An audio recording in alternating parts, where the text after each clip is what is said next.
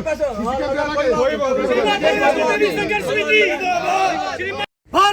माता की जय, भारत माता की जय। श्री माता वैष्णो देवी संघर्ष समिति।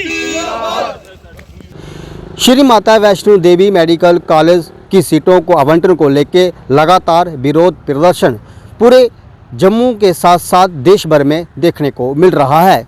इसी के चलते रियासी में भी श्री माता वैष्णो संघर्ष समिति का गठन हुआ है, जो पूरे जिला को देख रेख करेगी। और इसी के चलते आज रियासी संघर्ष समिति ने जिला विकास आयुक्त को एक ज्ञापन सौंपा है। उस ज्ञापन के माध्यम से केंद्र में बैठी हुई सरकार, देश के हेल्थ मिनिस्टर के साथ साथ उपराज्यपाल के सहित जम्मू कश्मीर की सरकार को भी ये मैसेज दिया है कि समय रहते जो गलतियां वहां पे की गई हैं, क्योंकि उनका साफ तौर पे कहना है श्री माता वैष्णो देवी मेडिकल कॉलेज का जो जितना भी पैसा है वो सारा पैसा एक संस्था से जाने की श्री माता वैष्णो देवी श्राइन से ही आता है, कि संस्था से आता है, फिर उसका हिंदुओं के लिए ही किया जाना चाहिए। और इसी के चलते उन्होंने ज्ञापन सौंपा। उन्होंने साफ तौर पर कहा कि जो गलती लगातार प्रशासन से हुई है उसे समय रहते सुधारा जाए। अगर नहीं सुधारा गया तो फिर कहीं ऐसा ना हो कि 2008 जैसी स्थिति जो है पूरे देश भर में देखने को मिलेगी। उन्होंने साफ तौर पे कहा है कि हम कतई नहीं चाहते कि इस जो सीटों को लेके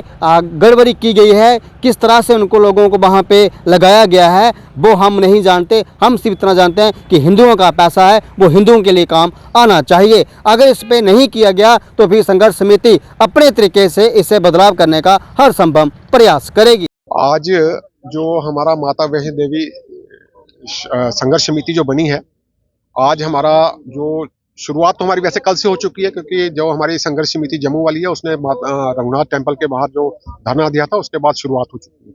आज पूरे प्रदेश के अंदर हम डिप्टी कमिश्नर्स ऑफिस में जाकर एक मेमोरेंडम दे रहे हैं कि जो अन्याय हमारे लोगों के साथ हुआ है उसके विरुद्ध हम चाहते हैं कि हमारी पूरे इस प्रदेश में हमारी आवाज़ उठे।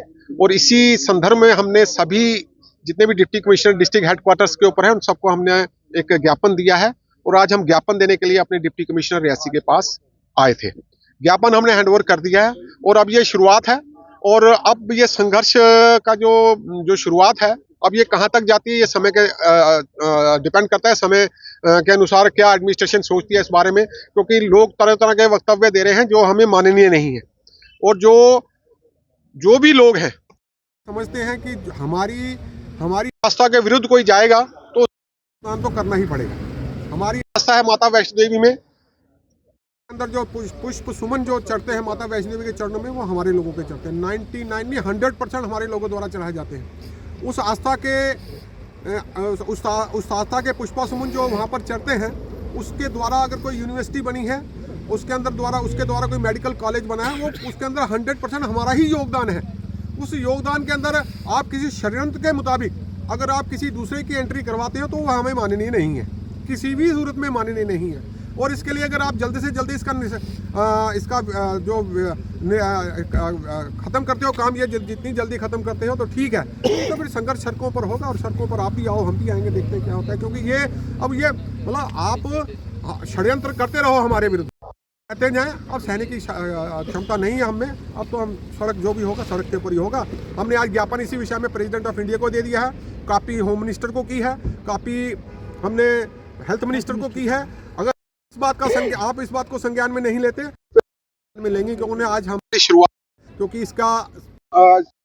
इस मेमोरेंडम को जो हमारी सोच थी कि रियासी को हेड कर रही हैं, डिस्ट्रिक्ट रियासी को, उनके संज्ञान में ये बात आ जाए।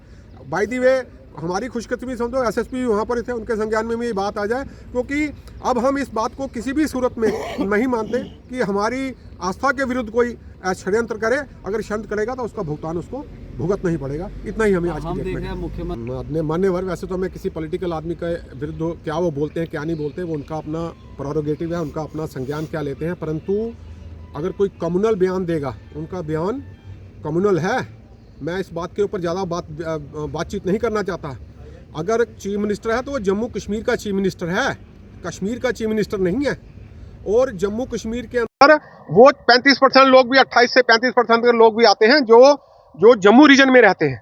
अगर वो ये समझते हैं कि आपको मेरिट और अनमेरिट हमको दिखा रहे हैं, मेरिट की बात जो है साहब, आपने पता नहीं मेरिट का सिस्टम देखा है नहीं देखा, पर हमने देखा है आपके रहते आपकी सरकारों में हमने मेरिट देखा है, आप किस तरीके से पर्चियां भेज के मेरिट फिक्स करवाते थे। इस बात को छोड़ दो।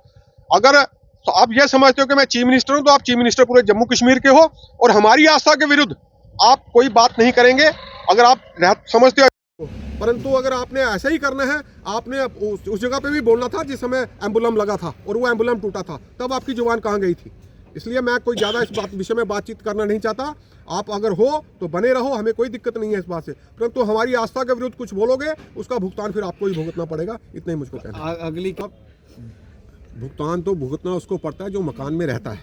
1998 और 2000 में जो गलती की वो करवाई गई गलती, उसमें 2 पावरें थी स्टेट के अंदर, गवर्नर थे और चीफ मिनिस्टर भी यही लोग थे जो आज की डेट में बयान दे रहे हैं। इन दोनों ने मिलकर जो सा है आज की डेट में हमारी आस्था के ऊपर जो चोट की है वो आज लोगों के संज्ञान में आई। उस समय इन्होंने जो हमारा जो पैसा था माता वैष्णो देवी का, उसके अंदर ज़मीन वैष्णो देवी के इसके ट्रस्ट के पैसे से खरीदी गई। अब हमारे ट्रस्ट के पैसे से खरीदी गई और हमारे ही पैसे वहाँ पर लगे और जो स्ट्रक्चर खड़ा हुआ हमारे पैसों से खड़ा हुआ। आज की डेट में आप आ गए हो ये बात कहने के लिए कि ये मेरिट है और दूसरा मेरिट है। क्यों है मेरिट भाई? मेरिट किस वजह से है? मतलब आप हमारा सब कुछ ले लोगे, उसके बाद आप दिखाओगे मेरिट है। अब पता नहीं मेरिट आपने कहाँ से लिया है। मेरे को तो लगता है कि ये लिस्ट भी उसके जो बाद में जो एग्ज़ाम हुआ उसके बाद में ही इसका नोटिफिकेशन निकला है। इसके ऊपर भी सारी विचार विमर्श हो रहा है, देखेंगे हम क्या सिस्टम बनता है। परंतु हमारी आस्था के ऊपर अगर चोट करोगे तो उसके लिए उपराज्यपाल के खिलाफ आप नहीं बोल के राजे। जो सवाल था मेरा वो उपराज्यपाल के था कि चेयरमैन वही हैं। देखो जी, उसके आपने मेरे का आप राहुल जी आज मैं आज से 2 दिन पहले ही मेरे से ये बात कही गई थी कि आपने उपराज्यपाल महोदय या जो उसके अंदर मेंबर्स हैं, हमने जो श्राइन बोर्ड की जो कमेटी बनी है, हमने उस दिन आज से 3-4 दिन पहले ये बात कह दी थी। आपने अगर वो वीडियो चलाई हो तो दोबारा चला कर देखे जा, क्योंकि जो लोग उसके अंदर मेंबर हैं भाई साहब, आपको सनातन की उन पद्धति को समझकर उसके ऊपर संज्ञान लेने के लिए उसके अंदर रखा गया था, ना कि आज की डेट में आप आंखें बंद करके चेयर पर बैठे रहो और वैष्णो देवी के दर्शन करने के लिए आप बाहर से आ जाओ। क्योंकि वो हम समझते हैं कि उसका भी काम इतना ही है कि गवर्नर साहब ने अपने उस बारे में गवर्नर ने क्या इस बात पे संज्ञान लिया, क्या नहीं लिया, उनको मालूम था या नहीं मालूम। अगर नहीं मालूम था तभी गलती, उनको मालूम करना चाहिए कि इसका बायलॉज क्या है, इस श्राइन बोर्ड का बायोडाटा क्या है, इसके अंदर क्या क्या, इसके कॉन्स्टिट्यूशन में क्या क्या लिखा गया जब ये श्राइन बोर्ड यूनिवर्सिटी बनी। अगर उनको नहीं मालूम था तो अपनी गलती को सुधारें वो भी, और ताकि हमारे लोगों को समय रहते अपनी सीटों का उसको। अब इस ज्ञापन के बाद देखना पड़ेगा कि जिला प्रशासन के साथ साथ जम्मू कश्मीर प्रशासन, जम्मू कश्मीर सरकार, केंद्र में बैठी हुई सरकार इस ज्ञापन का कितना जल्दी संज्ञान लेती है, इसमें भी हमारी नज़र बने रहेगी। और देखना ये होगा इस ज्ञापन के बाद क्या श्री माता वैष्णो देवी मेडिकल इंस्टीट्यूट के जितने तमाम अधिकारी हैं, उच्च अधिकारी हैं, जहाँ जितना पूरा प्रशासन है, क्या इन सीटों को आवंटन को लेके कोई बड़ा बदलाव करती है, इसमें भी हमारी पूरी नज़र बनी रहेगी। द अर्थ न्यूज़ के लिए रियासी से राहुल कुमार।